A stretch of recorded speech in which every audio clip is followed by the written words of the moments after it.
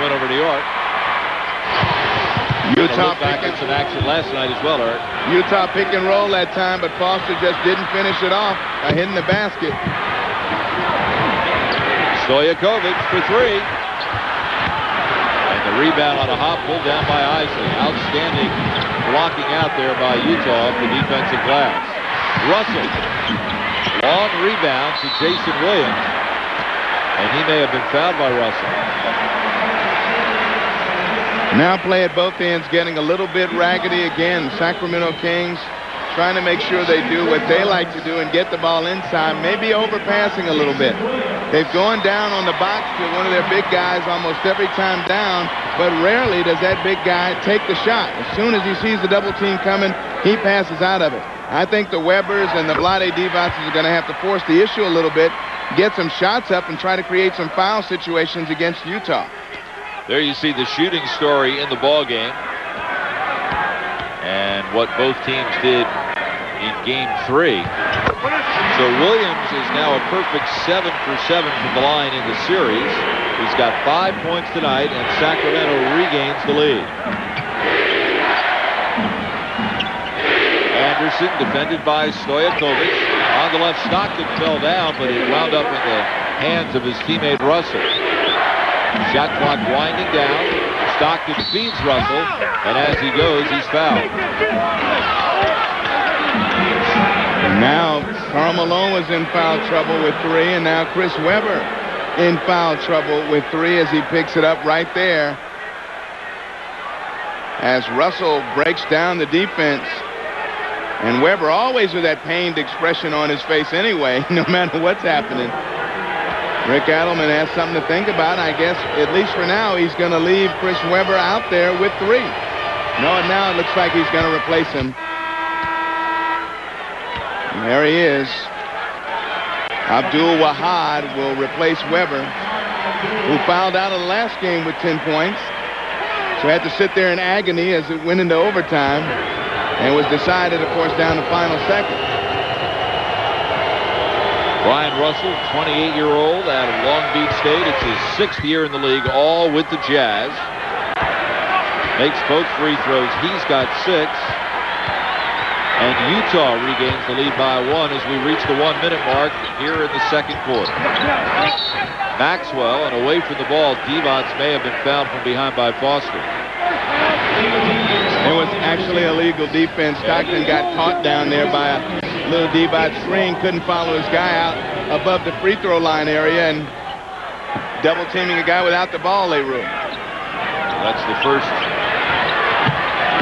such call, thus a warning on the Jazz. Divac inside, rebound Foster. Boy, that was good, though. Vlade forced the issue a little bit, thought he had picked up a foul, but nothing's being called. The body stuff so far in this game down inside is not being called, and you can say the officials have been consistent. Stockton gets the screen. Now on the switch, guarded by Stojakovic. He can't stay with him. Left side, Foster. And on the rebound comes to Jason Williams. Oh, look at the bounce pass to Divac. He couldn't field it plainly, but he leaves for Abdul Wahad. So back and forth we go with the lead changes. Isley for 3. Rebound Abdul Wahad.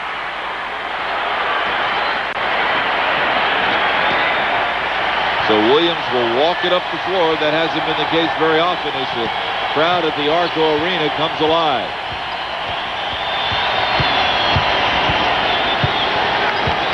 About 5 seconds difference between the shot clock and the game clock. Divac to beat the clock.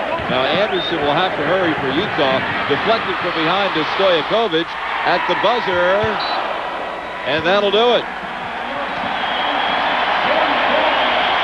So the Sacramento Kings, hoping that Christmas comes a little early.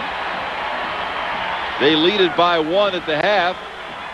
Game 4 over the defending 2-time Western Conference champion Utah Jazz.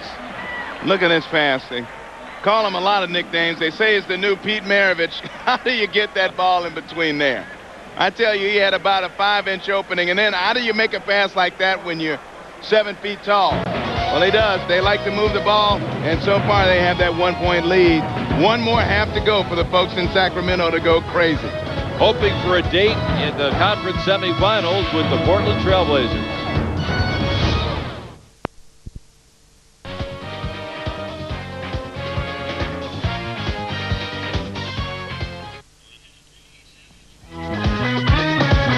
It's Utah trailing Sacramento 44-43 at the half. Tonight's game a huge opportunity for the Kings franchise, but for some players, there's much more at stake than basketball.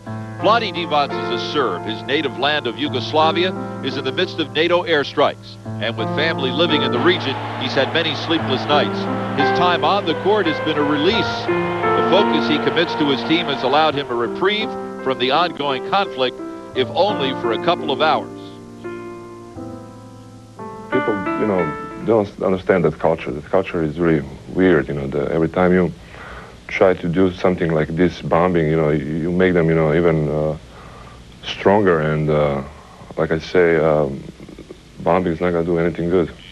His nights are spent watching television for the latest reports, making phone calls, and trading emails in an attempt to stay in touch with his family.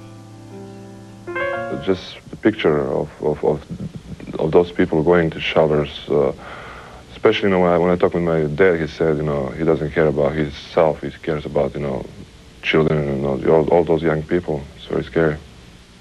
Key teammate Peja Stojakovic is also a Serb and is feeling much of the same effects as Vlade Divac. Peja's father arrived in Sacramento shortly before the bombings began and is living with his son. Vlade's been spending time at their home, and they've all grown closer in the wake of the situation in Yugoslavia. For them, basketball is now secondary, but a win tonight could help take away some of the pain they are experiencing away from the court. We are at the half at the Arco Arena, and Vlade Divac and Peja Stojakovic and the Sacramento Kings lead the Utah Jazz 44-43 in Game 4 in the opening round in the West. Welcome back to Sacramento. We're at the half. The Kings lead the Jazz by 1 in Game 4 in their opening round series in the West.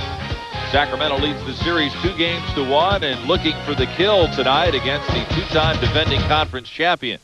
This the third game in the playoffs tonight. Earlier at the Palace at Auburn Hills, Grant Hill with the steal all the way for the layup for 2 of his 21 points to give Detroit a 58-39 lead over Atlanta in Game 4.